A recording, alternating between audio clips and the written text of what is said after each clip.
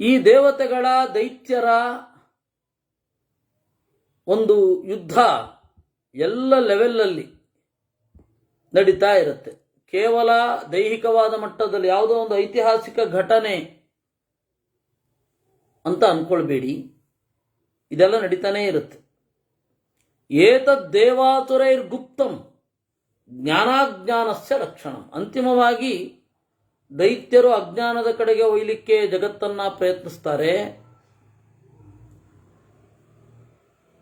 ದೇವತೆಗಳು ಜ್ಞಾನವನ್ನು ಕೊಟ್ಟು ಸಜ್ಜನರಿಗೆ ಸುಖ ಕೊಡಬೇಕು ಅಂತ ನೋಡುತ್ತಾರೆ. ಅಲ್ಲ, ದೇವತೆಗಳು ತಪಸ್ಸಿಗೆ ಕೂತ್ರೆ ಅಪ್ಸರೆಯರನ್ನ ಕಳಿಸೋದು ಎಲ್ಲ ಉಂಟಲ್ಲ, ಅದು ಇವ್ರು ಪಕ್ವರಾಗಲಿ ಎನ್ನುವ ದೃಷ್ಟಿಯಿಂದ. ದೇವತೆಗಳು ತಪಸ್ಸನ್ನ ಹಾಳು ಮಾಡಬೇಕು ಅಂತ ಇದ್ರೆ ಹೊರಗಡೆಯಿಂದ ಹಾಳು ಮಾಡಬೇಕು ಅಂತ ಇಲ್ಲ. ಒಳಗಡೆಯಿಂದ ಮನಸ್ಸನ್ನು ನಿಯಂತ್ರಣ ಮಾಡಿಬಿಟ್ರೆ ಎದ್ದೊಟ್ಟೋಗ್ತಾನೆ. ಅವನಿಗೆ ಜಪವೇ ಆಗೋದೇ ಇಲ್ಲ, ಧ್ಯಾನ ಆಗೋದೇ ಇಲ್ಲ, ತಪಸ್ಸು ಆಗೋದೇ ಇಲ್ಲ. ಆದರೆ ದೇವತೆಗಳು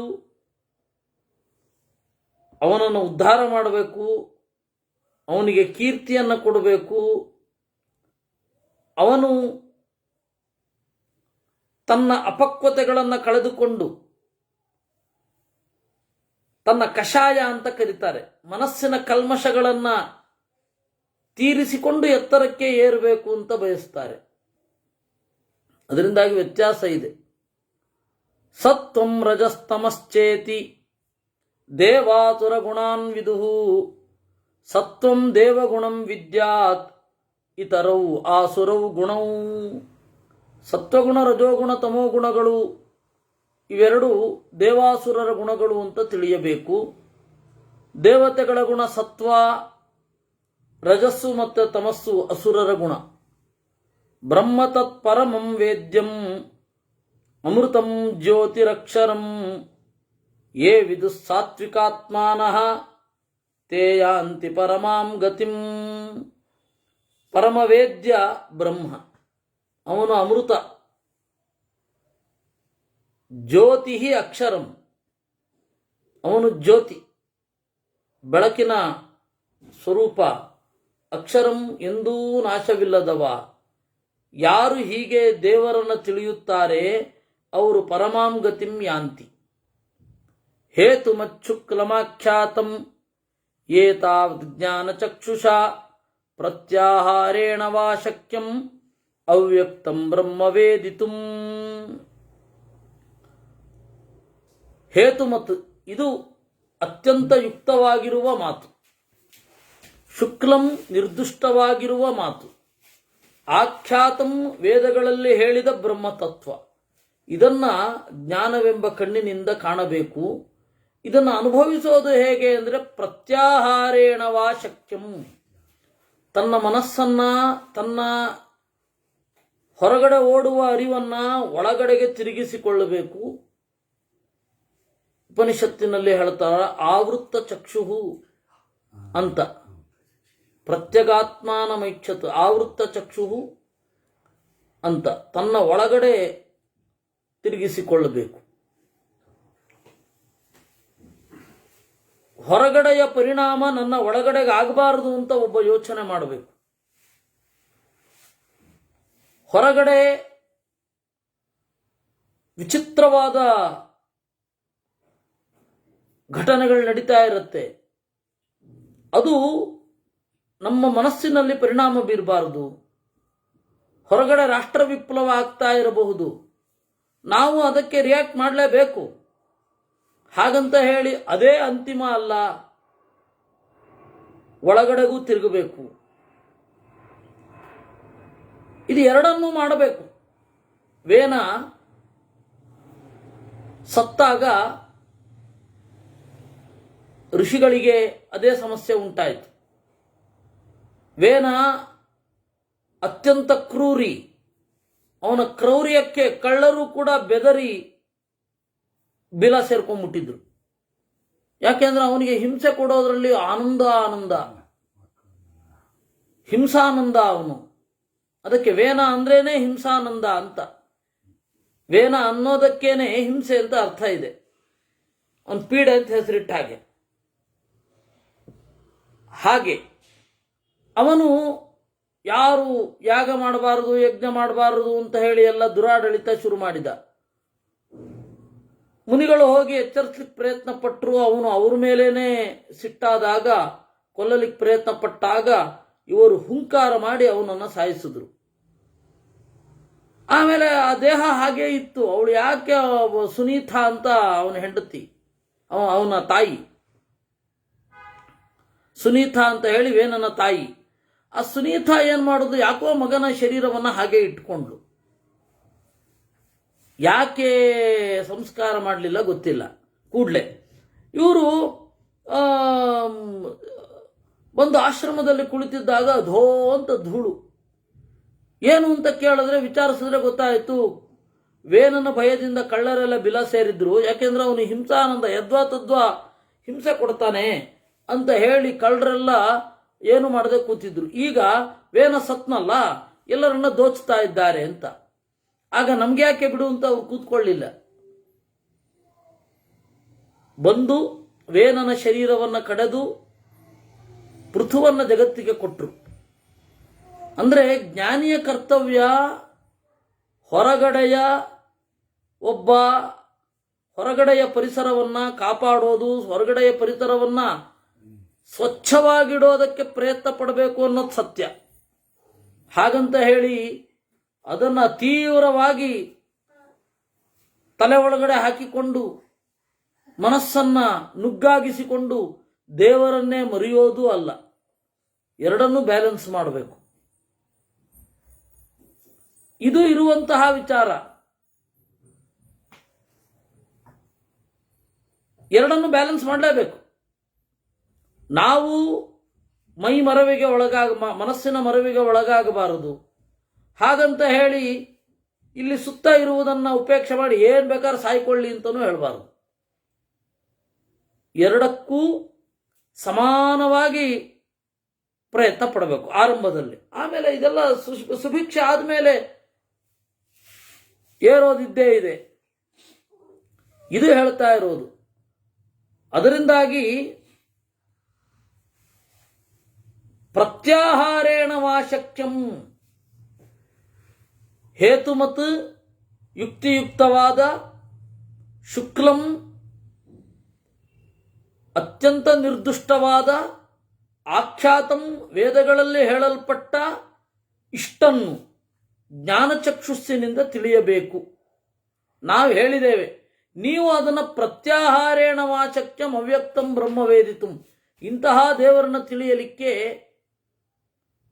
ಪ್ರತ್ಯಾಹಾರೇಣ ಒಳಗಡೆ ಹೋಗಬೇಕು. ಇತಿಹಾಸದ ದೊಡ್ಡ ಪಾಠ ಏನು ಅಂದ್ರೆ, ಇತಿಹಾಸದಿಂದ ಯಾರು ಪಾಠ ಕಲಿಯಲ್ಲ ಅನ್ನೋದೇ ಇತಿಹಾಸ. ಬಾಂಗ್ಲಾ ನೋಡಿದೆವು ಮೊನ್ನೆ, ಇವತ್ತು ನೆನ್ನೆ ಎಲ್ಲ ಅಮೆರಿಕ ಉರಿತಾ ಇರೋದನ್ನ ನೋಡ್ತಾ ಇದ್ದೇವೆ. ಇದರಿಂದ ಯಾವನೊಬ್ಬನಾದ್ರೂ ಪಾಠ ಕಲಿಬೇಕಲ್ಲ? ಯಾರು ಕಲಿಯೋಲ್ಲ. ಆಗಲೂ ಈಗಲೂ ಅವತ್ತಿಗೂ ಇವತ್ತಿಗೂ ಪಾಠ ಕಲಿಯೋಲ್ಲ. ಇತಿಹಾಸ ಕೇಳ್ಕೊಂಡು ಹೋಗ್ತಾರಷ್ಟೇ. ಇತಿಹಾಸ ಅಂದ್ರೆ ಇಸ್ವಿಗಳ ಗುಂಪು ಅವ್ರ ಪ್ರಕಾರ. ನಮ್ಮ ಪ್ರಕಾರ ಇತಿಹಾಸ ಅಂದ್ರೆ ಏನು, ಅದರಿಂದ ನಾವು ಯಾವುದನ್ನು ಸ್ವೀಕಾರ ಮಾಡಬೇಕೋ ಯಾವುದನ್ನು ಸ್ವೀಕಾರ ಮಾಡಬಾರ್ದೋ ಅದನ್ನು ತಿಳಿಸುವಂತಹ ತತ್ವ. ಅದರಿಂದ ನಾವು ಹೀಗೆ ಎರಡನ್ನೂ ಬ್ಯಾಲೆನ್ಸ್ ಮಾಡಬೇಕು. ನಸ ವೇದ ಪರಂ ಬ್ರಹ್ಮ ಯೋ ನ ವೇದ ಚತುಷ್ಟಯಂ ವ್ಯಕ್ತಾವ್ಯಕ್ತೇ ಪ್ರವೃತ್ತಂಚ ನಿವೃತ್ತಂ ಧರ್ಮಮಬ್ರವೀತ್. ದೇವರನ್ನ ತಿಳಿಬೇಕು ಅಂದ್ರೆ ನಾಲ್ಕನ್ನ ತಿಳಿದಿರ್ಬೇಕಂತೆ. ನಾಲ್ಕನ್ನ ತಿಳಿಯದವ ದೇವರನ್ನ ತಿಳಿಲಿಕ್ಕಾಗಲ್ಲ. ವ್ಯಕ್ತಾವ್ಯಕ್ತೇ ಯಾವುದು ವ್ಯಕ್ತ, ಅವ್ಯಕ್ತ, ಪ್ರವೃತ್ತ ಮತ್ತೆ ನಿವೃತ್ತ, ನಾಲ್ಕನ್ನ ತಿಳಿದಿರ್ಬೇಕು. ವ್ಯಕ್ತಾವ್ಯಕ್ತೇ ಪ್ರವೃತ್ತಂಚ ನಿವೃತ್ತಂ ಧರ್ಮಮುತ್ತಮಂ. ಕಾಣೋದು, ಕಾಣದೇ ಇರೋದು, ಪ್ರವೃತ್ತ ಧರ್ಮ ಮತ್ತೆ ನಿವೃತ್ತ ಧರ್ಮ. ವ್ಯಕ್ತ ಅಂದ್ರೆ ಏನು? ವ್ಯಕ್ತಂ ಮೃತ್ಯು ಪದಂ ವಿದ್ಯಾತ್. ಇಲ್ಲಿ ಕಾಣ್ತಾ ಇರೋದೆಲ್ಲ ಏನಿದೆ ಇದಕ್ಕೆ ಒಂದು ಎಕ್ಸ್ಪೈರಿ ಡೇಟ್ ಇದೆ. ವ್ಯಕ್ತಂ ವಿಚ್ ಇಸ್ ವಿಸಿಬಲ್, ಅದು that is directly objective non eternal things are non eternal force. ಒಂದು ಅನಿತ್ಯವಾದ ಶಕ್ತಿ ಅನಿತ್ಯತೆಯತ್ತ ನಮ್ಮನ್ನು ಒಯ್ಯತ್ತೆ. ಅನಿತ್ಯವಾದ ಶಕ್ತಿ ಅದು ಅಸುರರೇ ಮೊದಲಾದವರು. ಅವರು ನಮ್ಮನ್ನು ಯಾವುದು ಕಡೆ ಒಯ್ತಾರೆ? ಅನಿತ್ಯತ್ವದ ಕಡೆಗೆ ಒಯ್ತಾರೆ. ಅದರಿಂದಾಗಿ ಕಾಣೋದು ಸುಖ ಅಂತ ಏನಿದೆ, ಇದೆಲ್ಲವೂ ಒಂದು ದಿವಸ ನಮ್ಮನ್ನ, ಈ ದೇಹವನ್ನ ಇಲ್ಲವಾಗಿಸುತ್ತೆ. ಇದು ಎಚ್ಚರದಲ್ಲಿ ಇರಬೇಕು. ಅದರಿಂದಾಗಿ ವ್ಯಕ್ತವನ್ನು ತಿಳಿಯಬೇಕು. ಆಗ ನಮಗೆ ದೇವರ ಬಗ್ಗೆ ಅರಿವು ಮೂಡಲಿಕ್ಕೆ ಅನುಕೂಲ. ವ್ಯಕ್ತಂ ಮೃತ್ಯುಪದಂ ವಿದ್ಯಾತ್. ಆಮೇಲೆ ಅವ್ಯಕ್ತಂ ಅಮೃತಂ ಪರಂ. ಅಮೃತ, ಮುಕ್ತಿ, ಇಂತಹ ಆನಂದವನ್ನು ಕೊಡುವ ದೇವರು ಅದು ಯಾವತ್ತಿದ್ರೂ ಅವ್ಯಕ್ತ, ಇನ್ವಿಸಿಬಲ್, ಕಾಣೋದೇ ಇಲ್ಲ. ನಿವೃತ್ತಿ ಲಕ್ಷಣಂ ಧರ್ಮಂ ಋಷಿರ್ನಾರಾಯಣೋಬ್ರವೀತ್. ಪ್ರವೃತ್ತಿ ಗೊತ್ತೇ ಇದೆ. ಆ ನಿವೃತ್ತಿ ಲಕ್ಷಣ ಧರ್ಮವನ್ನ ನಾರಾಯಣ ಹೇಳಿದ್ದಾನೆ. ಯಾರು? ಬದರಿನಾರಾಯಣ. ಅವನೇ ಈ ಪಂಚರಾತ್ರವನ್ನು ನಮಗೆ ಕೊಟ್ಟದ್ದು. ಈ ಭರತಖಂಡದ ದೇವತೆ. ಇದನ್ನ ಭೇಟಿ ಮಾಡಲಿಕ್ಕೇನೆ ಮಧ್ವಾಚಾರ್ಯರು ಹೋಗಿದ್ದು. ಮಂಡಯನ್ ಭರತ ಖಂಡಮಖಂಡಂ ನಾದಿರಾಯಣ ಪದೋತ್ರ ಪರೋಯ ಅಂತ ಬದರಿನಾರಾಯಣ ಏನಿದ್ದಾನೆ ಅಲ್ಲಿ ಪ್ರತಿಮೆ, ಅದು ಅವನ ಪ್ರತೀಕ. ಆ ಬೆಟ್ಟದಲ್ಲಿ ಅವ್ಯಕ್ತವಾಗಿ ಇದ್ದಾನೆ ಅವನು. ಅವನು ಏನು ಹೇಳಿದ? ನಿವೃತ್ತಿ ಲಕ್ಷಣ ಧರ್ಮ. ಧರ್ಮ ಅಂದ್ರೇನು? ನಿವೃತ್ತಿ. ಇಲ್ಲಿ ಸಾಧ್ಯವಾದಷ್ಟು ಈ ಲೋಕದ ಮಿತಿಯನ್ನು ತಿಳಿದು ಎತ್ತರಕ್ಕೆ ಏರ್ಲಿಕ್ಕೆ ಯಾವುದರಿಂದ ಆಗತ್ತೋ ಅದು ನಿವೃತ್ತಿ ಧರ್ಮ ಅಂತ. ಅದನ್ನು ಅವನು ಹೇಳ್ದ. ಇಷ್ಟು ಹೇಳಿ ಮತ್ತೆ ಹೇಳ್ತಾರೆ, ತತ್ರೈವಾವಸ್ಥಿತಂ ತರವಂ ತ್ರೈಲೋಕ್ಯಂ ತಚರಾಚರಂ ನಿವೃತ್ತಿ ಲಕ್ಷಣಂ ಧರ್ಮಂ ಅವ್ಯಕ್ತಂ ಬ್ರಹ್ಮ ಶಾಶ್ವತಂ. ನಾರಾಯಣನಲ್ಲಿ 3 ಲೋಕ ನೆಲೆಗೊಂಡಿದೆ. ಅವನು ನಿವೃತ್ತಿ ಲಕ್ಷಣ ಧರ್ಮವನ್ನು ಮಾಡಬೇಕು ಅಂತ ಹೇಳ್ತಾ ಇದ್ದಾನೆ. ನಿವೃತ್ತಿ ಅಂದ್ರೇನು? ದೇವರನ್ನ ಬಯಸಿ ಮಾಡುವ ಧರ್ಮ, ಅದು ನಿವೃತ್ತಿ ಧರ್ಮ ಅಂತ. ಪ್ರವೃತ್ತ ಧರ್ಮ ಅಂದ್ರೇನು? ದೇವರ ಅರಿವಿರದೆ ಈ ಲೋಕದ ಒಂದು ಜಗಚ್ಚಕ್ರ ನಡಿಬೇಕು ಅಂತ ಹೇಳಿ ಯಾರು ಹೊರಟಿರ್ತಾರೆ ಅವರು ಜಗಚ್ಚಕ್ರವನ್ನು ನಡೆಸಲೇಬೇಕು. ಈ ಜಗಚ್ಚಕ್ರದಲ್ಲಿ ನಮ್ಮ ಪಾಲೇನಿದೆ ಅದನ್ನು ನಾವು ಪಾಲನೆ ಮಾಡಲೇಬೇಕು. ಅದನ್ನು ಬ್ರಹ್ಮದೇವರು ಹೇಳಿದ್ದಾರೆ. ಪ್ರವೃತ್ತಿ ಲಕ್ಷಣಂ ಧರ್ಮಂ ಪ್ರಜಾಪತಿರಥಾಬ್ರವೀತ್ ಅತ್ರೈವಾವಸ್ಥಿತಂ ತರವಂ ತ್ರೈಲೋಕ್ಯಂ ಸಚರಾಚರಂ. ಪ್ರವೃತ್ತಿ ಲಕ್ಷಣವಾದ ಧರ್ಮ ಅಂದರೆ ಗೃಹಸ್ಥರಾಗಿ ಅಥವಾ ಈ ಲೋಕದಲ್ಲಿ ಒಂದು ತೊಡಗಿ ಒಂದು ವ್ಯವಸ್ಥೆಯಲ್ಲಿ ಕೆಲಸ ಮಾಡ್ತಾ, ಯಾವುದೇ ವ್ಯವಸ್ಥೆ ಆಗಿರಬಹುದು, ಬ್ರಹ್ಮಚರ್ಯ ಆಗಿರಬಹುದು, ವಾನಪ್ರಸ್ಥ ಆಗಿರಬಹುದು, ಗೃಹಸ್ಥ ಆಗಿರಬಹುದು, ಸನ್ಯಾಸ ಆಗಿರಬಹುದು. ಈ ಲೋಕದ ವ್ಯವಸ್ಥೆಗೆ ಒಗ್ಗಿಕೊಂಡು, ಮೊದಲು ಸನ್ಯಾಸದಲ್ಲಿ ನಿವೃತ್ತಿ ಧರ್ಮ ಮಾತ್ರ ಇದ್ದದ್ದು. ಅವರಿಗೆ ಈ ತರಹ ಇರಲಿಲ್ಲ. ಅಂದರೆ ಒಂದು ಸಂಸ್ಥೆಯನ್ನು ನಡೆಸುವ ಜವಾಬ್ದಾರಿ, ಒಂದು ಸಂಸ್ಥೆ ಆಗಿರಲಿಲ್ಲ ಅದು. ಆಮೇಲೆ ಅದು ಅನಿವಾರ್ಯ, ಜಗತ್ತಿನ ಬದಲಾವಣೆ ಅನಿವಾರ್ಯ.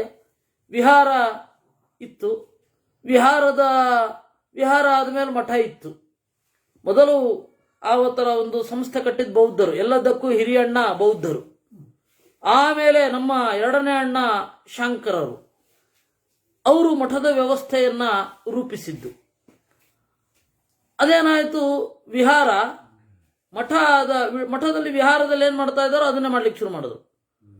ಆಮೇಲೆ ನಮ್ಮ 3ನೇ ಅಣ್ಣಂದಿರು ಶ್ರೀ ವೈಷ್ಣವರು, ರಾಮಾನುಜಿಯರು, ಅವ್ರದ್ದೊಂದು ಮಠ ಅಂದ್ರೆ ಹೀಗಿರ್ಬೇಕು ಅಂತ ಒಂದು ಕಲ್ಪನೆ ಇದೆ. ನಮಗೆ ಮಠದ ವ್ಯವಸ್ಥೆ ಬಗ್ಗೆ ಗೊತ್ತೇ ಇಲ್ಲ ವಸ್ತುತಃ. ನಾವು ಅಂತಂದ್ರೆ ಈಗ ಘಟ್ಟದ ಮೇಲೆ ಇರುವ ಜನಾಂಗಕ್ಕೆ ಮಠ ಅಂದ್ರೆ ಏನು ಗೊತ್ತಿಲ್ಲ. ಮಠ ಅಂದ್ರೆ ಏನು, ಹೇಗೆ ನಡಿಬೇಕು ಅಂತ ಹೇಳಿ ಅತ್ಯಂತ ಹಳೆಯ ನಿಬಂಧನೆ ಇರೋದು ಉಡುಪಿ ಮಠಗಳಲ್ಲಿ. ಸಮಾಜದ ಜೊತೆಗೆ ಹೇಗೆ ಮಿಂಗಲ್ಲಾಗಿ ನಡಿಬೇಕು ಅಂತ ಅದೊಂದು ವ್ಯವಸ್ಥೆ ಇದೆ. ಆ ವ್ಯವಸ್ಥೆಯೇ ಅದನ್ನ ಹೇಳುತ್ತೆ. ನಾವೇನು ಹೊಸದಾಗಿ ಯೋಚನೆ ಮಾಡಿ ತಿಳ್ಕೊಳ್ಬೇಕಾಗಿಲ್ಲ. ಘಟ್ಟದ ಮೇಲಿನ ಮಠಗಳಿದೆಯಲ್ಲ, ಉಡುಪಿ ಮಠದಷ್ಟು ಸಾರ್ವಜನಿಕವಾಗಿ ಒಂದು ವ್ಯವಸ್ಥೆಯನ್ನ ಒಳಗೊಂಡಿಲ್ಲ. ಇಲ್ಲಿರೋದೇ ಬೇರೆ ತರಹ, ಒಂದು ಮನೆ ತರಹ ನಡೆಯುತ್ತೆ ಇಲ್ಲಿ. ಅಲ್ಲಿ ಒಂದು ಮಠದ ತರಹ, ಅಂದ್ರೆ ಒಂದು ಸಂಸ್ಥೆಯ ತರಹ, ಒಂದು ಕಾರ್ಪೊರೇಟ್ ಸಂಸ್ಥೆಗಿಂತ ಸ್ವಲ್ಪ ಬೇರೆ ತರಹ ನಡೆಯುತ್ತೆ. ಅಂಗೋಪಾಂಗಗಳೆಲ್ಲ ಹಾಗೇ ಇರುತ್ತೆ. ತೀರಾ ಚಿಕ್ಕ ವ್ಯಕ್ತಿಯಿಂದ ಹಿಡಿದು ತೀರಾ ದೊಡ್ಡ ವ್ಯಕ್ತಿವರೆಗೂ ಎಲ್ಲರೂ ಇದರ ಸಂಪರ್ಕದಲ್ಲಿ ಬರ್ತಾರೆ. ಅದರಿಂದಾಗಿ ಈ ಮಠದ ವ್ಯವಸ್ಥೆ, ಮಠೀಯ ವ್ಯವಸ್ಥೆ ಮತ್ತೆ ವಿಹಾರದ ವ್ಯವಸ್ಥೆ ಇದ್ಯಾವುದು ಸನ್ಯಾಸಿಗಳಿಗೆ ಇರಲಿಲ್ಲ. ಅವಾಗ ಅವರು ಕೂಡ ನಿವೃತ್ತಿ ಲಕ್ಷಣದಲ್ಲಿದ್ದರು. ಯಾವಾಗ ಅವರು ಸಮಾಜದ ನಡೆಯನ್ನು ನಿಯಂತ್ರಿಸಬೇಕಾಗಿ ಬಂತು, ಅವರು ಕೂಡ ಪ್ರವೃತ್ತಿ ಲಕ್ಷಣದಲ್ಲಿ ಬಂದರು. ಅದರಿಂದಾಗಿ ಒಂದು ವ್ಯವಸ್ಥೆಯಲ್ಲಿ ಸಮಾಜಕ್ಕೆ ಹಿತವಾಗುವ ಹಾಗೆ, ಸಮಾಜಕ್ಕೆ ಇಷ್ಟವಾಗುವ ಹಾಗೆ ಕೆಲಸ ಮಾಡೋದೇನಿದೆ ಅದು ಪ್ರವೃತ್ತಿ ಲಕ್ಷಣ ಧರ್ಮ. ಇಷ್ಟು ವಿವರಿಸಬೇಕಾಯ್ತು. ಯಾಕೆಂದ್ರೆ ಪ್ರವೃತ್ತಿ ಧರ್ಮ ಅಂತ ಒಂದಿದೆಯಲ್ಲ, ಅದು ಸಮಾಜದಿಂದ ಪಡೆಯತ್ತೆ, ಸಮಾಜಕ್ಕೆ ಕೊಡತ್ತೆ. ಇದರ ನಡುವೆ ಸಮಾಜದ ಆಚೆ ಇರುವ ದೇವರ ಕಡೆಗೆ ಸಾಗತ್ತೆ. ಇದು ಪ್ರವೃತ್ತಿ ಧರ್ಮ. ಆದರೆ ಸಾಗಿದರೆ ಸಾಗೀತು, ಇಲ್ಲದಿದ್ದರಿಲ್ಲ ಪ್ರವೃತ್ತಿ ಧರ್ಮದಲ್ಲಿ. ನಿವೃತ್ತಿ ಧರ್ಮ ಹಾಗಲ್ಲ. ಸಮಾಜದ ಗೊಡವೆಯನ್ನ ತೊರೆದು ಸಮಾಜದಲ್ಲಿ ಇದ್ದು ಸಮಾಜದ ಭಾಗವಾಗದೆ ದೇವರ ಕಡೆ ಸಾಗುವಂಥದ್ದು ನಿವೃತ್ತಿ ಧರ್ಮ. ಈ ಪ್ರವೃತ್ತಿ ಧರ್ಮ ಮತ್ತೆ ನಿವೃತ್ತಿ ಧರ್ಮ ಅಂತ ಎರಡು ಇದೆ. ಈ ಪ್ರವೃತ್ತಿ ಧರ್ಮದಲ್ಲಿ ಒಂದು ಆಪತ್ತು ಇದೆ. ಏನು? ಪ್ರವೃತ್ತಿ ಪುನರಾವೃತ್ತಿ, ನಿವೃತ್ತಿ ಪರಮಾಗತಿ. ಈ ಪ್ರವೃತ್ತ ಧರ್ಮ ಅನ್ನೋದೇನಿದೆ ಅದು ಪುನರಾವೃತ್ತಿ, ಮತ್ತೆ ಬರುವಂತೆ ನಮ್ಮನ್ನ ರೆಡಿ ಮಾಡಿರುತ್ತೆ. ನಿವೃತ್ತಿ ಪರಮಾಗತಿ, ನಿವೃತ್ತಿ ಧರ್ಮ ಏನಿದೆ ಇದರಿಂದ ಆಚೆ ಹೋಗುವಂಥದ್ದು ನಿವೃತ್ತಿ ಧರ್ಮ. ತಾಂ ಗತಿಂ ಪರಮಾಮೇತಿ ನಿವೃತ್ತಿ ಪರಮೋ ಮುನಿ, ಜ್ಞಾನ ತತ್ವ ಪರೋ ನಿತ್ಯಂ ಶುಭಾಶುಭ ನಿದರ್ಶನ. ನಿವೃತ್ತಿಯನ್ನೇ ಪರಮವಾಗಿಸಿಕೊಂಡ ಮುನಿ. ನೋಡಿ, ಪ್ರವೃತ್ತಿ ಇಲ್ಲ ಅಂತ ಹೇಳಿಲ್ಲ. ನಿವೃತ್ತಿ ಪರಮೋ ಮುನಿ, ಮನನಶೀಲನೊಬ್ಬನಿಗೆ ನಿವೃತ್ತಿ ಧರ್ಮವೇ ಪ್ರಧಾನ. ಆದರೆ ಅನಿವಾರ್ಯವಾಗಿ ಪ್ರವೃತ್ತಿಯನ್ನ ಅಪ್ಪಬೇಕಾಗುತ್ತದೆ. ಒಂದು ಉದಾಹರಣೆ ಹೇಳ. ವಸಿಷ್ಠರು ಬ್ರಹ್ಮದೇವರ ಮಕ್ಕಳು ರಾಜಗುರುಗಳಾಗಿ ಕೆಲಸ ಮಾಡಲಿಲ್ವಾ?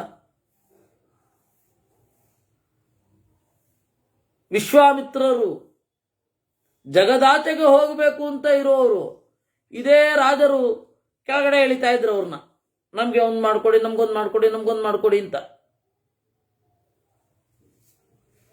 ಅದರಿಂದಾಗಿ ನಿವೃತ್ತಿ ಪರಮೋ ಮುನಿ, ನಿವೃತ್ತಿ ಪ್ರಧಾನ. ಅವರನ್ನ ಪ್ರವೃತ್ತಿ ಕಾಡೋದಿಲ್ಲ ಅಂತ ಇಲ್ಲ, ಕಾಡತ್ತೆ. ಲೋಕದಲ್ಲಿ ಇದ್ದ ಮೇಲೆ ಲೋಕದ ಸಂಕಟಗಳನ್ನ ತೆಗೆದುಕೊಳ್ಳದೆ ಇರ್ಲಿಕ್ಕಾಗತ್ತಾ? ಲೋಕದಲ್ಲಿ ಇದ್ದ ಮೇಲೆ ಲೋಕದ ಮಿತಿಯನ್ನ ಅನುಭವಿಸದೇ ಇರ್ಲಿಕ್ಕಾಗತ್ತಾ? ಲೋಕದ ಒಳಗಡೆ ಇದ್ದು ಲೋಕದಾಚೆಗೆ ಇಣುಕುವವ ಏನಿದ್ದಾನೆ ಅವನು ಪರಮ. ಋಗ್ವೇದದಲ್ಲಿ ಬಂದ ಋಷಿಗಳ ಕಥೆಯನ್ನು ನೀವು ನೋಡಿದ್ರೆ ಆಯ್ತು, ಗೊತ್ತಾಗತ್ತೆ. ಜಗದೊಳಗಿದ್ದು ಜಗದಾಚೆಗಿನ ಸಂಗತಿಯನ್ನ ಕಂಡವರು, ಕಾಣಲಿಕ್ಕೆ ಪ್ರಯತ್ನಿಸಿದವರು, ಅವರ ಹೋರಾಟ ನಮ್ಗೆ ಗೊತ್ತಾಗತ್ತೆ. ಈ ಸಮಾಜದೊಡನೆ, ಸಮಾಜದ ನಡೆಯೊಡನೆ ಹೇಗೆ ಅವರು ಹೇಗಿ ಆಚೆ ಕಂಡ್ರು ಅಂತ ಅಂದಾಗ ಇದರಿಂದ ಆಚೆ ಹೋಗ್ಬಿಡ್ಲಿಕ್ಕೆ ಆಗಲ್ಲ, ಯಾವರಿಗೂ ಆಗಲ್ಲ. ಇದ್ರ ಒಳಗಡೆಯೇ ಇರಬೇಕು. ಎಲ್ಲ ಆಚೆ ಹೋಗ್ತೀವಿ ಅಂದ್ರೆ ಬಿಡ್ಬೇಕಲ್ಲ ಪ್ರಕೃತಿ. ಹೆಣ್ಣಿನ ಬಗ್ಗೆ ಗೊತ್ತಾಗೋದೇ ಬೇಡ ಅಂತಿದ್ದ ಋಷ್ಯಶೃಂಗ, ಎಳ್ಕೊಂಬರ್ಲಿಲ್ವ ಸುಂಜಂತ ಪ್ರಕೃತಿ. ಅದರಿಂದಾಗಿ ಹಿಂದೆ ಇದೇ ಶಾಂತಿ ಪರ್ವದಲ್ಲಿ ಬಂದದ್ದನ್ನು ಮತ್ತಿನ್ನೊಮ್ಮೆ ನಾನು ಹೇಳ್ತೇನೆ. ತಾಪಸಾಶ್ರಮ ಜಾತಾಯೇ ತತ್ರೈವ ನಿಧನಂ ಗತಾಹ ತೇಷಾಂ ಅಲ್ಪತರೋ ಧರ್ಮ ಕಾಮಾನ್ ಅನುಪಭುಂಜತಾಂ ಅಂತ. ಯಾರು ತಾಪಸಾಶ್ರಮದಲ್ಲಿ ಹುಟ್ಟಿನಿಂದ ಇರ್ತಾನೆ, ಬೇರೆ ಜಗತ್ತೇ ಗೊತ್ತಿಲ್ಲ, ಅವನು ಏನು ಮಾಡಿದ್ರು ಕಡಿಮೆ ಪುಣ್ಯ. ಯಾಕೆಂದ್ರೆ ಹೊರಗಡೆಯ ಸೆಳೆತಗಳನ್ನ ಕಂಡವ ಒಳಗಡೆ ಬಂದ್ರೆ ಅದಕ್ಕೆ ಹೆಚ್ಚಿನ ಬೆಲೆ ಅಂತ. ಯಾಕೆ ಅಂದರೆ ಆ ಈವಿಲ್ ಫೋರ್ಸ್ ಅವರಿಗೆ ಪರಿಚಿತ ಆಗಿರುತ್ತೆ, ಅದನ್ನು ಬಿಟ್ಟು ಬಂದಿರ್ತಾರೆ. ಈಗ 5 ವರ್ಷದ ಮಗು ಇರುತ್ತೆ, 5 ವರ್ಷದ ಗಂಡು ಮಗು, ನವಯೌವನ ಭರಿತಳಾದ ಸ್ತ್ರೀ ಅದನ್ನು ಎತ್ಕೊಳ್ತಾಳೆ, ಬೇಡ ಅಂತ ಆಚೆ ಹೋಗುತ್ತೆ. ಓಹ್, ವಿರಕ್ತಿ ಪರಮೇಶ್ವರ ವೈರಾಗ್ಯಾಧೀಶ್ವರ ನಮಸ್ಕಾರ ಮಾಡ್ಲಿಕ್ಕಾಗತ್ತ ಮಗುವಿಗೆ? ಯಾಕೆಂದ್ರೆ ಆ ಸ್ಪರ್ಶದ ಅನುಭವವೇ ಇರಲ್ಲ ಅದಕ್ಕೆ. ಅದರಿಂದಾಗಿ ದೊಡ್ಡವರಾದ ಮೇಲೆ ಸನ್ಯಾಸವನ್ನು ಹೊಂದಿದ್ರೆ ಅವರಿಗೆ ಬೆಲೆ. ಯಾಕೆ? ಅದು ಆಚೆ ಹೋಗಿರ್ತಾರೆ. ಯಾಕೆಂದ್ರೆ ಆ ಈವಿಲ್ ಫೋರ್ಸ್ ಅನ್ನ ಸ್ವಲ್ಪವಾಗಿ ಮುಟ್ಟಿ ಅದರಿಂದ ಆಚೆ ಬಂದಿರ್ತಾರೆ, ಅದು ಪ್ರಧಾನ. ತಾಪಸಾಶ್ರಮ ಜಾತಾಯೇ ತತ್ರೈವ ನಿಧನಂ ಗತಾಹ, ಇದು ಹೇಳಿದ್ದು ಅದನ್ನೇ. ಪ್ರವೃತ್ತಿ ಧರ್ಮದಲ್ಲಿ ಇರ್ತಾರೆ, ನಿವೃತ್ತಿ ಧರ್ಮದ ಕಡೆ ಇದ್ರೆ ಒಳ್ಳೇದು. ಆದರೆ ಪ್ರವೃತ್ತಿಯ ಸೆಳೆತ ಆದಾಗ ಬರಲ್ಲ ಅಂತಿಲ್ಲ. ನಿವೃತ್ತಿ ಪ್ರಧಾನವಾಗಿರುತ್ತೆ, ಆದರೆ ಪ್ರವೃತ್ತಿ ಅವರನ್ನ ಈ ಲೋಕಕ್ಕೆ ಎಳೆಯತ್ತೆ. ಅದು ಎಳೆಸ್ಕೊಳ್ಳೇಬೇಕು, ಮತ್ತೆ ಮೇಲ್ಗಡೆ ಬರಬೇಕು. ಅದರಿಂದಾಗಿ ವಿಶ್ವಾಮಿತ್ರರು ಹೆಣ್ಣಿನಿಂದ ಹೋದ್ರು ಅಂತ ತಮಾಚೆ ಮಾಡೋದಲ್ಲ. ನೋಡಿ, ಋಷಿಗಳೆಲ್ಲ ನೋಡಿ ಹೇಗೆ ಮಾಡ್ತಾ ಇದ್ದಾರೆ ಅಂತ. ಒಬ್ಬ ಮನುಷ್ಯ ಬೆಳೆಯುವಾಗ ನಿವೃತ್ತಿಯಿಂದ ಕೆಳಜಾರಿ ಪ್ರವೃತ್ತಿಗೆ ಬಂದು, ಪ್ರವೃತ್ತಿಯಿಂದ ಮೇಲೆ ಜಿಗಿತಾನೆ ನಿವೃತ್ತಿಗೆ. ಈ ಲೋಕದಲ್ಲಿಯೂ ಅದೇ ಹಣೆ ಬರಹ. ಯಾರೋ ಒಬ್ಬ ಸಚ್ಛೀಲದಿಂದ ತಪ್ಪಿದ ಅಂತ ಇಟ್ಕೊಳ್ಳಿ, ಆಗ ಹೆಚ್ಚು ಅವ್ರ ಬಗ್ಗೆ ತಲೆ ಕೆಡಿಸ್ಕೊಳ್ಳಿಕ್ಕಿಲ್ಲ, ಗೇಲಿ ಮಾಡಲಿಕ್ಕಿಲ್ಲ.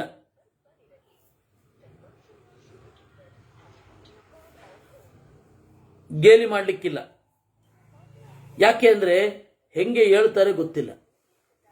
ಸಾಧನೆಯಲ್ಲಿ ಹೀಗೊಂದು ತೊಂದರೆ ಆಯಿತು ಅಂತ ನಾವು ತಟಸ್ಥವಾಗಿ ಹೇಳ್ಬೋದಷ್ಟೆ. ಲೋಕದಲ್ಲಿ ನಿಂದನೆ ಆಗಲಿ ಹೊಗಳಿಕೆ ಆಗಲಿ ಪೂರ್ಣ ಪ್ರಮಾಣದಲ್ಲಿ ತೊಡಗಲಿಕ್ಕೆ ಆಗಲ್ಲ. ಯಾಕೆ ಅಂದ್ರೆ ನಿಂದನೆಯ ಹಿಂದೆ ನಿಂದನೆಗೆ ಕಾರಣ ಆಗುವಂತೆ ಮಾಡಿದ ದೈತ್ಯರಿರ್ತಾರೆ. ಈ ಮನುಷ್ಯನದ್ದು ಸ್ವಲ್ಪ ಪಾಲಿರುತ್ತೆ. ಗುಣದ ಹಿಂದೆ ದೇವತೆಗಳಿರ್ತಾರೆ, ಇವನ ಪಾಲು ಸ್ವಲ್ಪ ಇರುತ್ತೆ. ಏನಂತ ನಾವು ತೀರ್ಮಾನ ಮಾಡೋದು ಆಗತ್ತಾ? ಹಾಗೆ ಆಗೋಲ್ಲ. ತಾಂ ಗತಿಂ ಪರಮಾಮೇತಿ ನಿವೃತ್ತಿ ಪರಮೋ ಮುನಿ ಜ್ಞಾನ ತತ್ವ ಪರೋ ನಿತ್ಯಂ ಶುಭಾಶುಭ ನಿದರ್ಶನ. ನಿವೃತ್ತಿ ಪ್ರಧಾನ, ಅವನು ಪ್ರವೃತ್ತಿಗೆ ಬರಲ್ಲ ಅಂತಿಲ್ಲ. ಅದರಿಂದಾಗಿ ಅವನೇನ್ ಮಾಡ್ತಾನೆ, ಶುಭಾಶುಭ ನಿದರ್ಶನ, ಒಳಿತನ್ನ ಕೆಡುಕನ್ನ ತಟಸ್ಥವಾಗಿ ಕಾಣುತ್ತಾ ಜ್ಞಾನತತ್ವ ಪರನಾಗಿ ಎತ್ತರಕ್ಕೆ ಏರ್ತಾನೆ. ಇದು ತಿಳಿಯಬೇಕಾದ ತತ್ವ. ತದೇವ ಮೇತೌ ವಿಜ್ಞೇಯೌ ಅವ್ಯಕ್ತ ಪುರುಷಾವುಭೌ ಅವ್ಯಕ್ತ ಪುರುಷಾಭ್ಯಾಮ್ಯುತು ಯತ್ ಸ್ಯಾತ್ ಅನ್ಯನ್ ಮಹತ್ತರಂ. ನೋಡಿ, ಜೀವರು ಹೀಗೆ, ಜೀವರನ್ನ ಬಂಧನದಲ್ಲಿ ಇಟ್ಟುಕೊಂಡಿರುವ ಅವ್ಯಕ್ತ ಹೀಗೆ. ಈ ಅವ್ಯಕ್ತ ಮತ್ತು ಪುರುಷರಿಗಿಂತ ಒಬ್ಬ ಉತ್ತಮ ಇದ್ದಾನೆ, ಅವನೇ ಪುರುಷೋತ್ತಮ ದೇವರು. ತಂ ವಿಚೇತಮವೇಕ್ಷೇತ ವಿಚೇಚೇಣ ವಿಚಕ್ಷಣ ಅನಾದ್ಯಂತಾವುಭಾವೇತೌ ಅಲಿಂಗೌ ಚಾಪ್ಯುಭಾವಪಿ. ಈ ಎರಡೂ ಕೂಡ ಅವ್ಯಕ್ತ ಮತ್ತು ಪುರುಷ ಇಬ್ಬರಿಗೂ ಅನಾದಿ ಅನಂತ.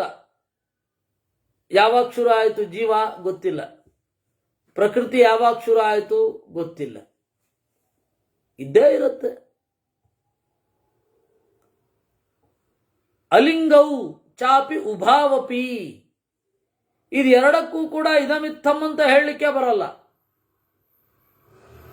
ಕೇವಲ ಪ್ರಕೃತಿಯನ್ನು ಗುರುತಿಸ್ಲಿಕ್ಕಾಗಲ್ಲ, ಕೇವಲ ಜೀವನನ್ನು ಗುರುತಿಸ್ಲಿಕ್ಕಾಗಲ್ಲ, ದೇಹದ ಮಾಧ್ಯಮದಲ್ಲಿಯೇ ಗುರುತಿಸ್ಬೇಕು. ಉಭೌ ನಿತ್ಯಾವನುಚರೌ ಮಹದ್ಭ್ಯಶ್ಚ ಮಹತ್ತರೌ ಸಮಾನಮೇತದುಭಯೋ ಏವಂ ಹ್ಯನ್ಯದ್ವಿಚೇತನಂ ಉಭೌ ನಿತ್ಯೌ ಅನುಚರೌ. ಈ ಪ್ರಕೃತಿ ಮತ್ತೆ ಪುರುಷರು ನಿತ್ಯರು, ಜೊತೆಗೇ ಇರುವವರು. ಇದಕ್ಕಿಂತ ಆಚಿನದ್ದನ್ನ ಜೀವ ತಿಳಿಬೇಕು ಅಷ್ಟೇ. ಜೀವನಾದವ ತನ್ನ ಗುಣದಿಂದ ಆಚೆಗೆ ಒಂದಿದೆ ಅಂತ, ಅದೇ ದೇವರು. ಕ್ಷೇತ್ರ ಪ್ರಕೃತ್ಯ ಸರ್ಗಧರ್ಮಿಣ್ಯ ತಥಾ ತ್ರಿಗುಣತತ್ತಯ ವಿಪರೀತ ಮಥೋ ವಿದ್ಯಾತ್ ಕ್ಷೇತ್ರಜ್ಞಸ್ಯ ಸ್ವಲಕ್ಷಣಂ. ಈ ಪ್ರಕೃತಿಯ ಆಚೆಗೆ ಏನಿದೆ ಅದೇ ಕ್ಷೇತ್ರಜ್ಞ, ಅಂದ್ರೆ ನಾರಾಯಣ.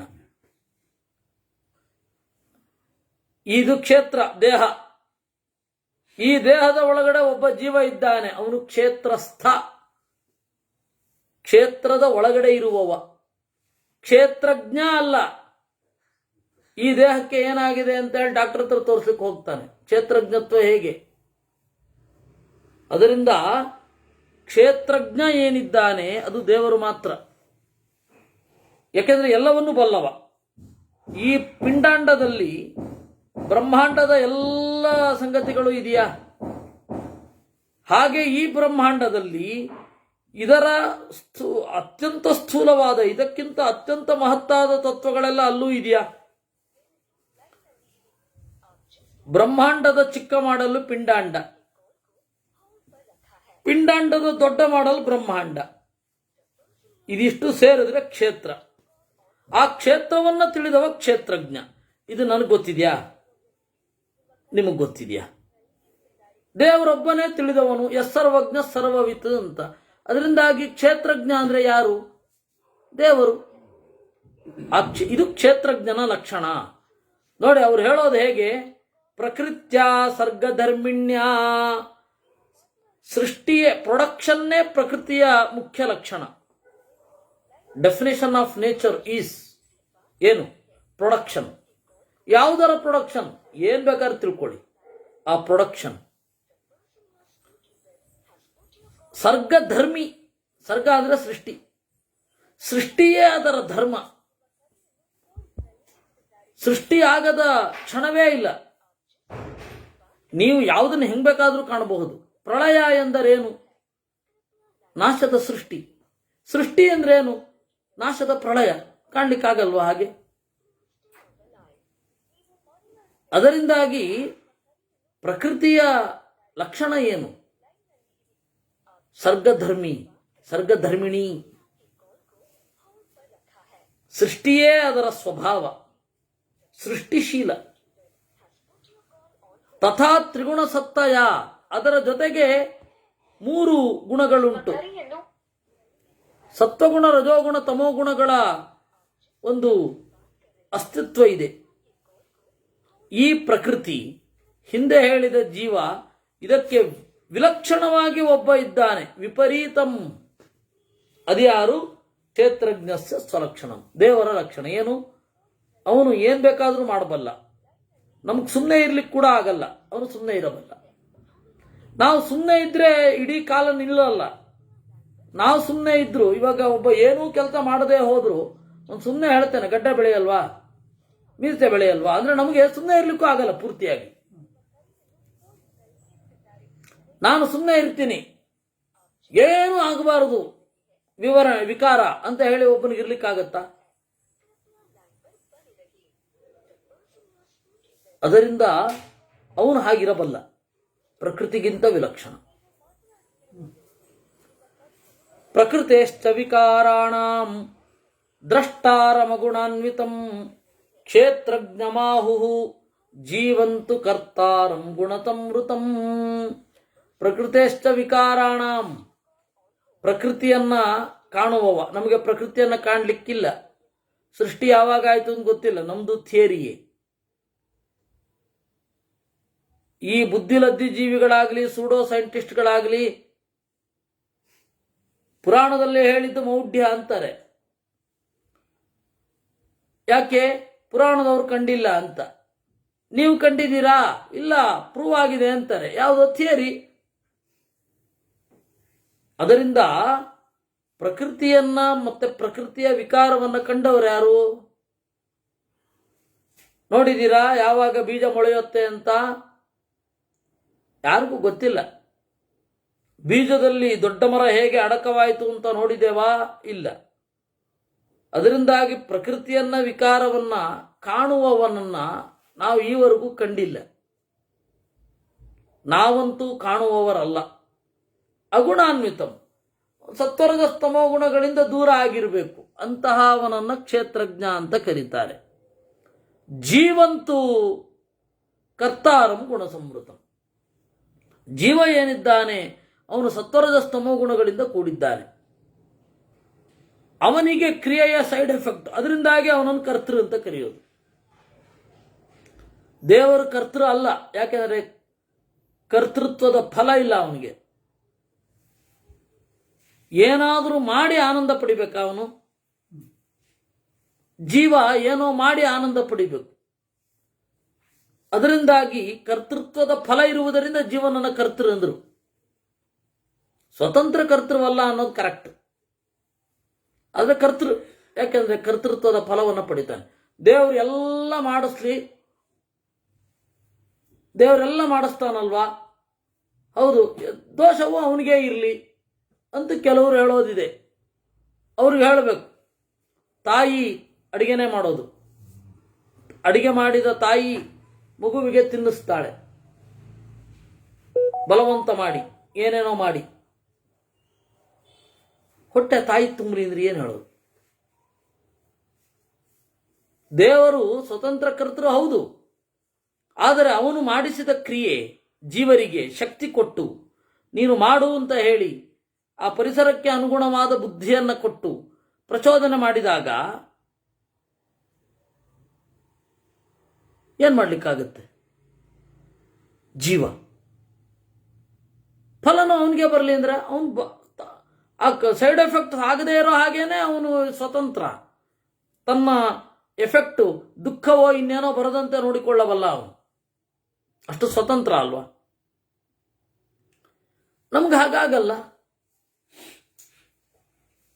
ಅಗ್ರಾಹ್ಯೌ ಪುರುಚಾವೇತೌ ಅಲಿಂಗತ್ವಾದ ಸಂಗಿನೌ ಸಂಯೋಗ ಲಕ್ಷಣೋತ್ಪತ್ತಿ ಕರ್ಮ ಜಾಗೃಹ್ಯತೆ ಯಯಾ. ಇಬ್ಬರಿಗೂ ಒಂದು ಸಿಮಿಲಾರಿಟಿ ಇದೆ. ಅಗ್ರಾಹ್ಯೌ ಪುರುಚಾವೇತೌ, ಜೀವನನ್ನಾಗಲಿ ದೇವರನ್ನಾಗಲಿ ಒಂದು ಸಿಮಿಲಾರಿಟಿ. ಇಬ್ಬರು ಕೂಡ ಅಗ್ರಾಹ್ಯರು ಸದ್ಯಕ್ಕೆ. ದೇವರನ್ನು ಬರಿಗಣ್ಣಿನಿಂದ ಈಗ ನೋಡ್ಲಿಕ್ಕಾಗಲ್ಲ, ಜೀವನನ್ನು ನೋಡ್ಲಿಕ್ಕಾಗಲ್ಲ. ಅಗ್ರಾಹ್ಯವು. ಅಲಿಂಗತ್ವಾತ್, ಇಬ್ಬರೂ ಕೂಡ ಸ್ಫುಟವಾದ ತರ್ಕಕ್ಕೆ ಸಿಗದವರು, ಅನುಭವಿಸಲೇಬೇಕು ಇಬ್ಬರನ್ನು. ಲಿಂಗ ಅಂದ್ರೆ ತರ್ಕ, ಅಲಿಂಗ ಅಂತಂದ್ರೆ ತರ್ಕಾತೀತರು ಅಂತ. ಇಬ್ಬರು ತರ್ಕಾತೀತರು.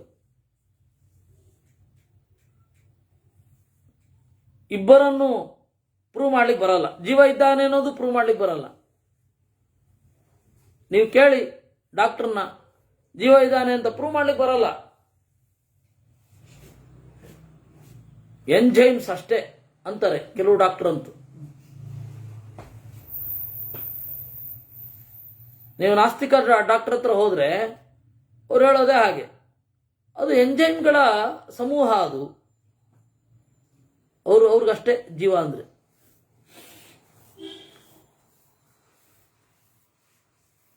ಹಾಗಾದ್ರೆ ಅವನ ಪ್ರೀತಿ,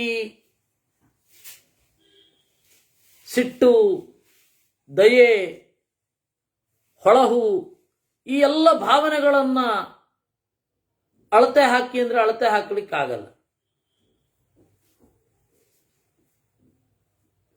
ಈ ಜೀವನದಲ್ಲಿ ಮೂಡುವ ಎಮೋಷನ್ಸ್ ಏನಿದೆ ಅದಕ್ಕೊಂದು ಅಳತೆ ಕೊಡಿ, ಅದಕ್ಕೆ ಒಂದು ತೀರ್ಮಾನ. ನೀವು ಇಷ್ಟೇ ಭಾವನೆಯನ್ನ ಅಭಿವ್ಯಕ್ತಪಡಿಸ್ಬೇಕು. ಆಗೋದೇ ಇಲ್ಲ, ಯಾವನ ಕೈನಲ್ಲೂ ಆಗಲ್ಲ. ಹೇಳಿ. ಶಿಸ್ತು. ನಿಮ್ಮ ಮಗನನ್ನು ಕಂಡ್ರೆ ನಿಮ್ಮ ಹೃದಯದ ಬಡಿತ ಇಷ್ಟೇ ಆನಂದದ ಹೊಡೆತವನ್ನು ಹೊಡಿಬೇಕು. ನಿಮಗೇನಾದರೂ ಸಂತೋಷ ಆದರೆ ಸ್ವಲ್ಪ ಜಾಸ್ತಿ ಬಡಿತ, ಅಷ್ಟೇ, ಜಾಸ್ತಿ ಬಡಿಬಾರದು. ದುಃಖ ಆದರೆ ಅದು ಕೂಡ ಏನೇನೋ ರಸಾವೇಶಗಳಿಗೆ ಕಾರಣ ಆಗಬಾರದು ಅಂತ ಹೇಳಲಿಕ್ಕಾಗತ್ತ. ಹೀಗೆ ನೋಡಿದ್ರೆ ಅವನಿದಾನೆ ಅನ್ನೋದಕ್ಕೆ ಪ್ರೂಫ್ ಇಲ್ಲ, ಅವನಿಲ್ಲ ಅನ್ನೋದಕ್ಕೂ ಪ್ರೂಫ್ ಇಲ್ಲ. ಅವನಿಲ್ಲ ಅಂತ ಹೆಂಗೆ ಹೇಳ್ತೀರಾ? ಭಾವನೆಗಳ ಏರಿಳಿತಗಳನ್ನು ಕಂಡಿದ್ದೇವೆ ಅಲ್ವೇ? ಇದಾನೆ ಅಂತ ಹೆಂಗೆ ಹೇಳ್ತೀರಾ?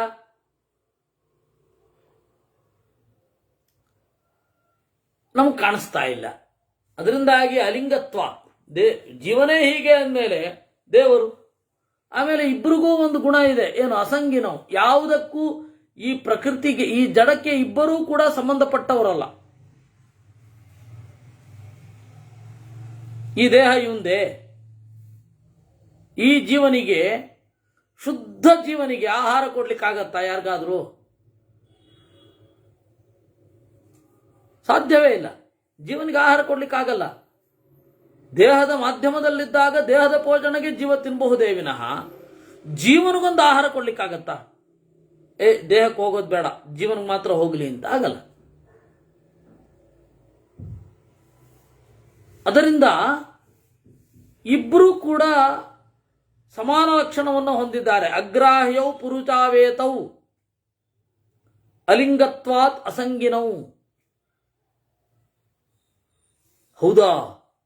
ಹೌದು. ಆದರೆ ಜೀವ ಹುಟ್ಟುತ್ತಾನೆ. ಆ ಹುಟ್ಟು ಏನು? ಸಂಯೋಗ ಲಕ್ಷಣೋತ್ಪತ್ತಿ ಕರ್ಮಜ ಗೃಹ್ಯತೆ ಯಯಾ.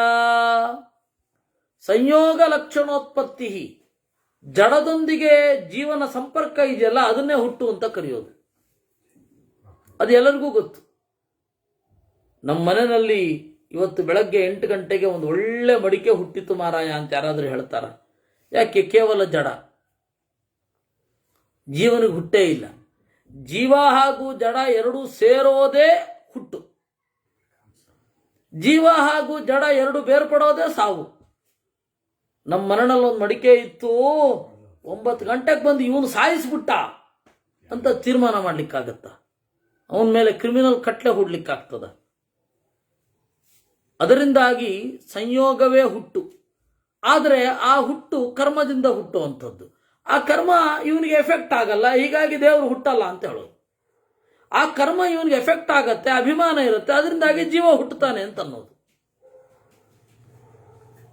ಕರಣೈ ಕರ್ಮ ನಿರ್ವೃತ್ತೈ ಕರ್ತ ಎತ್ತದ್ವಿಚೇಷ್ಟತೆ ಕೀರ್ತ್ಯತೆ ಶಬ್ದ ಸಂಜ್ಞಾಭಿ ಕೋಹಮೇಶ ಹ್ಯಸಾವಿತಿ. ಕರ್ಮ ನಿರ್ವೃತ್ತೈ, ಕೆಲಸದಲ್ಲಿ ತೊಡಗಿದ, ಕರಣೈಹಿ ಇಂದ್ರಿಯಗಳಿಂದ ಕರ್ತೃ ಏನ್ ಮಾಡ್ತಾನೆ? ಕ್ರಿಯೆಗೊಳಗಾಗ್ತಾನೆ. ಶಬ್ದ ಸಂಜ್ಞಾಭಿ ಕೀರ್ತ್ಯತೆ, ಅವಾಗ ಅವನಿಗೆ ಈ ಶಬ್ದ ಜಾಯಿನ್ ಆಗತ್ತೆ. ಅಂದ್ರೆ ಶಬ್ದ ಅನ್ನೋದು ಕ್ರಿಯೆ ಇದ್ದಲ್ಲಿ ಇರುತ್ತೆ. ಎಲ್ಲಿ ಕ್ರಿಯೆ ಇರಲ್ಲ ಅಲ್ಲಿ ಶಬ್ದ ಇರಲ್ಲ. ಆ ಕ್ರಿಯೆಯನ್ನು ನಾನು ಮಾಡಿದ್ದೇನೆ ಅಂತ ತಿಳ್ಕೊಳ್ಳೋನೊಬ್ಬ. ವಿಕಾರ ಅನ್ನುವ ಕ್ರಿಯೆ ಇನ್ನೊಂದು. ಜಡದ ಕ್ರಿಯೆಯಲ್ಲಿ ವಿಕಾರ ಮಾತ್ರ ಇರುತ್ತೆ. ಲಾಕ್ ಓಪನ್ಸ್ ಅಂತ ಹೇಳ್ತೇವೆ. ಏನು ಅದರಲ್ಲಿ ಇಚ್ಛೆನ ಇರುತ್ತೆ, ನಾನು ಇವನು ಹಿಂಗೆ ತಿರುಗಿಸ್ತಾ ಇದ್ದೇನೆ, ನಾನು ತೆಕ್ಕೋಬೇಕು ಅಂತ ಅದಕ್ಕೆ ಬಯಕೆ ಇರುತ್ತಾ? ಇವನು ಕಳ್ಳನಾದವನು ಬಂದು ಈ ಪಾಸ್ವರ್ಡ್ ಹೊಡಿತಾ ಇದ್ದಾನೆ, ನಾನು ಇವನಿಗೆ ತೆರೆಯಬಾರದು ಅಂತ ಕಂಪ್ಯೂಟರ್ ಯೋಚನೆ ಮಾಡುತ್ತಾ? ಪ್ರಕೃತಿಯಲ್ಲಿ ವಿಕಾರ ರೂಪವಾದ ಕ್ರಿಯೆ ಇದೆ. ವಿಕಾರವೇ ಕ್ರಿಯೆ. ಜೀವನಲ್ಲಿ ಇಚ್ಛೆ ಇದೆ, ಕ್ರಿಯೆ ಇದೆ. ದೇವರಲ್ಲಿ ಸ್ವತಂತ್ರ ಇಚ್ಛೆ ಇದೆ, ಕ್ರಿಯೆ ಇದೆ. ಇದು ವ್ಯತ್ಯಾಸ. ಅದಕ್ಕೆ ಶಬ್ದ ಸಂಜ್ಞಾಭಿ ಕೀರ್ತ್ಯತೆ ಕೋಹಮೇತ ಶಸಾವಿಸಿ. ಈ ನಾನು, ಯಾರು ನಾನು, ಇವನು ಅಂತ ಹೇಳಿ ಯಾವುದರಲ್ಲಿ ಜೊತೆಗಾಗೋದು? ದೇಹದ ಜೊತೆಗೇನೆ ಗುರುತಿಸ್ಕೊಳ್ಳೋದು, ತನ್ನ ಕರ್ಮದ ಜೊತೆಗೇನೆ ಗುರುತಿಸ್ಕೊಳ್ಳೋದು. ಉಷ್ಣೀಚವಾನ್ಯಥಾ ವಸ್ತ್ರೈ ತ್ರಿಭಿರ್ಭವತಿ ಸಂವೃತಃ ಸಂವೃತೋಯಂ ತಥಾ ದೇಹಿ ಸತ್ವರಾಜಸತಾಮಸೈ. ಉಷ್ಣೀಚವಾನ್, ಮುಂಡಾಸು ತೊಟ್ಟಿದ್ದಾನೆ. ಉಷ್ಣೀಚ ಅಂದ್ರೆ ಮುಂಡಾಸು, ಪೇಟ. ಏನು ಪಟಕ ಅಂತೀರ ನೀವು? ಪೇಟ, UK ಅವರು ಪಟಕ ಅಂತಾರೆ. ಉಷ್ಣೀತವಾನ್ ಯಥಾ ವಸ್ತ್ರೈಹಿ, ಒಬ್ಬ ಮುಂಡಾಸು ಸುತ್ತಕೊಂಡಿರ್ತಾನೆ, ಉಷ್ಣೀತವಾನ್ ಅಂತ ಕರಿತೀವಿ. ಕೇವಲ ಉಷ್ಣೀಶ ತೊಟ್ಟರ, ಕೆಳಗಡೆದು ಹೊದ್ಕೊಂಡಿರೋದು, ಹೊದ್ಕೊಳ್ಳೋದು ಆದ್ಮೇಲೆ ಮುಂಡಾಸಿಗೆ ಬೆಲೆ. ಕೇವಲ ಮುಂಡಾಸು ಹೊತ್ಕೊಂಡಿದ್ರೆ ಹುಚ್ಚ ಅಂತಾರೆ. ಹಾಗಿರ್ಲಿಕ್ಕೆ ಸಾಧ್ಯವೇ ಇಲ್ಲ. ಹಾಗೆಯೇ ಸತ್ವ ರಾಜಸ ತಾಮಸೈಹಿ ಯುಕ್ತ ಏವ ಜೀವಿ. ಉಷ್ಣೀತ ಯಾರಿಗೆ? ಸತ್ವಗುಣ ಪ್ರಬಲ ಆಗಿದ್ರೆ ಪೇಟ ಇದೆ ಅವನಿಗೆ ಅಂತ. ಸತ್ವಗುಣ ಇಲ್ಲದಿದ್ದರೆ ಪೇಟ ಇಲ್ಲ, ಅವನು ಎಸ್ಟೀಮ್ಡ್ ಅಲ್ಲ, ಅವನು ಗೌರವಾನ್ವಿತ ಅಲ್ಲ. ಹಾಗೆ ಸತ್ವಗುಣ, ರಜೋಗುಣ, ತಮೋಗುಣಗಳಿಂದ ಅವನು ಕೂತಿದ್ದಾನೆ. ಹೇಗೆ ಒಬ್ಬ ಜೀವಿ ಬಟ್ಟೆ ಅಂದರೆ ಉದ್ಕೊಳ್ಳೋದು, ಹೊದ್ಕೊಳ್ಳೋದು ಎಲ್ಲದರಿಂದ ಕೂಡಿರ್ತಾನೋ ಹಾಗೆ. ತಸ್ಮಾತ್ ಚತುಷ್ಟಯಂ ವೇದ್ಯಂ ಏತೈರ್ಹೇತುಭಿರಾಚಿತಂ ತಥಾ ಸಂಜ್ಞೋಹ್ಯಯಂ ಸಮ್ಯಕ್ ಅಂತಕಾಲೇನ ಮುಹ್ಯತಿ. ಹೀಗೆ ಈ 4 ಗೊತ್ತಿರಬೇಕು. ಏನು? ಪ್ರವೃತ್ತಿ, ಆಮೇಲೆ ನಿವೃತ್ತಿ, ವ್ಯಕ್ತ, ಅವ್ಯಕ್ತ. ಈ 4ರ ಸಂಬಂಧವನ್ನ ಯಾರು ತಿಳ್ಕೊಂಡಿರ್ತಾನೆ ಅವನು ತಥಾತಜ್ಞ, ಅದರ ಆಳವನ್ನ ತಿಳಿದವನು ಅಂತಕಾಲೇ ನಮೋಹ್ಯತಿ, ಸಾಯುವಾಗ ಮೋಹಕ್ಕೊಳಗಾಗೋದಿಲ್ಲ, ಸಾವಿನಲ್ಲಿ ಕಂಗೆಡುವುದಿಲ್ಲ. ಹಾಗರ್ಥ. ಶ್ರಿಯಂ ದಿವ್ಯಾಶ್ರಯಾಂ ದಿವ್ಯಾಂ ಅಭಿಪ್ರೇಪ್ಸು ಮನಃಶುಚಿ ಶಾರೀರೈರ್ನಿಯಮೈರುಗ್ರೈಃ ಚರೇನ್ ನಿಷ್ಕಲ್ಮಚಂ ತಪಃ. ಸಂಪತ್ತನ್ನು ಬಯಸುವವ. ಸಂಪತ್ತು ಅಂದ್ರೇನು? ದಿವ್ಯಾಶ್ರಯಾಂ ಶ್ರಿಯಂ, ದಿವ್ಯಾಂ ಅಲೌಕಿಕವಾದ ಸಂಪತ್ತು ಅಂದ್ರೆ ಅಲೌಕಿಕವಾದ ಸಂಪತ್ತಿಗೆ, ಅಲೌಕಿಕವಾದ ಗುಣಗಳಿಗೆ ಆತರೆಯಾದದ್ದೇ ಸಂಪತ್ತು.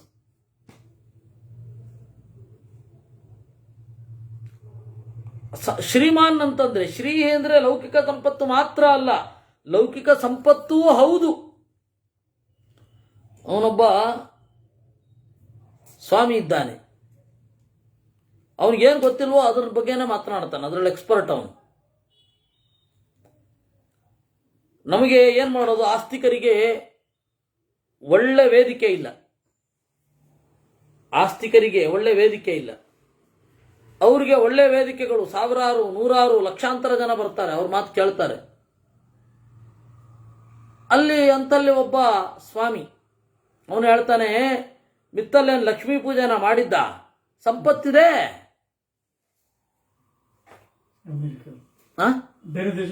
ಬೇರೆ ದೇಶದ್ದು ಅದೇ ಯಾರು ಬೇರೆ ದೇಶ ಶ್ರೀಮಂತರು ಸಾಕಷ್ಟು ಜನ ಇದ್ದಾರೆ. ಅವ್ರದ್ದು ಹೇಳ್ತಾನೆ, ಬೇರೆ ದೇಶದ ಅವ್ರು ಲಕ್ಷ್ಮೀ ಪೂಜೆನ ಮಾಡಿದ್ರು ನೋಡಿ, ಸಂಪತ್ತಿದೆ, ಅದರಿಂದಾಗಿ ಇದೆಲ್ಲ ಮೇಲಿನವರ ಹುನ್ನಾರ, ತುಪ್ಪ ತಿಂದವರ ಹುನ್ನಾರ ಅಂತಾನೆ. ಅಲ್ಲ, ಏನು ಹೇಳೋದು ಅವನಿಗೆ? ಅಲ್ಲಿ ಇವ್ರಿಗೂ ಬುದ್ಧಿ ಇಲ್ಲ ಬಿಡಿ. ಯಾರು ಲಕ್ಷ್ಮೀ ಪೂಜೆ ಮಾಡೋದು ಅಂದ್ರೆ ಅವ್ರೇನು ಗೊತ್ತಾ? ಕಾಯಿನ್ ಇಟ್ಬಿಟ್ಟು ಪೂಜೆ ಮಾಡ್ತಾರೆ. ಅದರಲ್ಲಿ ಬ್ರಿಟಿಷ್ ಕ್ರಾಸ್ ಇರುತ್ತೆ. ನಿಜಗುಣಾನಂದ, ಬ್ರಿಟಿಷ್ ಕ್ರಾಸ್ ಇರುತ್ತೆ ಅದರಲ್ಲಿ. ಇವ್ರು ಯೋಚನೆ ಮಾಡೋದು ಬೇಡವಾ? ಅದು ಮಾಡಬೇಕೆ, ಮಾಡಬಾರ್ದೆ? ಗಾಂಧಿ ಫೋಟೋ ಇರುತ್ತೆ, ಇನ್ಯಾರ್ದೋ ಬ್ರಿಟಿಷ್ ರಾಣಿಯ ಫೋಟೋ ಇರುತ್ತೆ, ಅಥವಾ ಕ್ರಾಸ್ ಇರುತ್ತೆ ಅದರಲ್ಲಿ. ಇವು ಏನಿಲ್ವೇ ಇಲ್ಲ, ಇಡೋದು ಪೂಜೆ ಮಾಡೋದೆ. ಸರಸ್ವತಿ ಪೂಜೆಯಲ್ಲೂ ಅಷ್ಟೇ, ಅವ್ರದ್ದು ಯಾರ್ದೋ ಸೈನ್ಸ್ ಇತ್ಯಾದಿಗಳನ್ನೆಲ್ಲ ಹಿಡಿದು ಯಾರು ಹೇಳಿದ್ದ ಹಾಗೆ? ನಮ್ಮಗಳು ಪೆದ್ರಿದ್ದಾರೆ, ಇಲ್ಲ ಅನ್ನಲ್ಲ, ಆದರೆ ಅವರು ದುಷ್ಟರಿದ್ದಾರೆ. ಪೆದ್ರತನ ಜೊತೆಗೆ ದುಷ್ಟತನ ಬೇರೆ ಅವ್ರದ್ದು. ಅವ್ರು ಕೇಳ್ತಾರೆ, ಇದೇನ್ರಿ? ವಸ್ತುತಃ ಸಂಪತ್ತು ಅಂದ್ರೆ ಶ್ರಿಯಂ ದಿವ್ಯಾಶ್ರಯಾಂ ದಿವ್ಯಾಂ. ದಿವ್ಯ ಅಂದ್ರೆ ಅಲೌಕಿಕ ಗುಣಗಳಿಗೆ ಆಸರೆಯಾಗಿರುವ ಅಲೌಕಿಕವಾದ ಸಂಪತ್ತನ್ನ ಹೊಂದಲು ಬಯಸಿದವ ಶರೀರ ನಿಯಮಗಳೊಂದಿಗೆ ಕೂಡಿರಬೇಕು. ದುಡ್ಡಿರೋರೆಲ್ಲ ಶ್ರೀಮಂತರು ಅಂತ ಎಲ್ಲಿ ಹೇಳ್ತಾ ಇದ್ವಿ ನಾವು? ದುಡ್ಡಿರೋರ್ನೆಲ್ಲ ಶ್ರೀಮಂತರು ನಾವು ಹೇಳ್ತಾನೆ ಇಲ್ಲ. ಶ್ರೀಮಾನ್ ಅಂತಂದ್ರೆ ದಿವ್ಯಾಶ್ರಯಾಂ ಶ್ರಿಯಂ ದಿವ್ಯಾಂ ಅಭಿಪ್ರೇಪ್ಸು ಸಹ ಶ್ರೀಮಾನ್. ಅವನೇನು ಮಾಡಬೇಕು? ಶಾರೀರಿಕವಾದ ನಿಯಮಗಳೊಂದಿಗೆ ಕೂಡಿರಬೇಕು, ಸ್ವಲ್ಪ ಇಂದ್ರಿಯ ನಿಗ್ರಹ ಇರಬೇಕು, ಉಪವಾಸ ಮಾಡಬೇಕಾದಲ್ಲಿ ಉಪವಾಸ ಮಾಡಬೇಕು, ಶಾಸ್ತ್ರ ಭೋಗಿಸುವಂತ ಅವಕಾಶ ಕೊಟ್ಟಾಗ ಭೋಗಿಸಬೇಕು. ಶಾಸ್ತ್ರ ಯಾವುದನ್ನು ಭೋಗಿಸಬಹುದು ಅಂತ ಹೇಳಿದೆಯೋ ಅದನ್ನು ಬಿಡೋರು ಕೆಲವರು ಇದ್ದಾರೆ, ಅವ್ರಿಗೇನಂತ ಕರಿಬೇಕು? ಶಾಸ್ತ್ರ ಏನು ಹೇಳುತ್ತೆ? ಕಥಾಭೋಗವನ್ನು ಕೇಳ್ರಿ, ಕಥೆಯ ಆಭೋಗ ಅದು ಕೂಡ ಒಂದು ಆನಂದ. ಒಳ್ಳೆ ಕಥೆಗಳನ್ನ, ಚಂದದ ನಿರೂಪಣೆ ಇರುವ ಕಥೆಯನ್ನು ಕೇಳೋದು ಒಂದು ಆಭೋಗ. ಅದು ಹೇಳುತ್ತೆ ಪರ್ವಕಾಲದಲ್ಲಿ ಇತ್ಯಾದಿಗಳಲ್ಲಿ ಕಥಾಭೋಗವನ್ನ ನೀವು ಆಸ್ವಾದಿಸಿ. ತಂದೆಯ ಸಾಂವತ್ಸರಿಕ ಶ್ರಾದ್ದದ ಸಂಜೆ ಕಥೆಯ ಆಭೋಗ ಇರಲಿ ನಿಮಗೆ ಅಂತ. ಆ ಥರದ ಆಭೋಗ, ಸ್ನಾನದ ಆಭೋಗವನ್ನು ಹೇಳಿದೆ. ಒಳ್ಳೆ ಪದಾರ್ಥ ತಿನ್ಬೇಡಿ ಅಂತ ಯಾರು ಹೇಳಲಿಲ್ಲ, ಕದನ್ನವನ್ನು ತಿನ್ರಿ ಅಂತ ಯಾರು ಹೇಳಿದ್ದಾರೆ? ಹೀಗೆ ಶಾಸ್ತ್ರ ಪ್ರೊವೈಡ್ ಮಾಡಿಕೊಟ್ಟಿದೆ ನಿಮಗೆ, ಭೋಗಕ್ಕೂ ಅವಕಾಶ ಮಾಡಿಕೊಟ್ಟಿದೆ. ಅದನ್ನು ತ್ಯಾಗ ಮಾಡ್ತೇನೆ ಅಂದ್ರೆ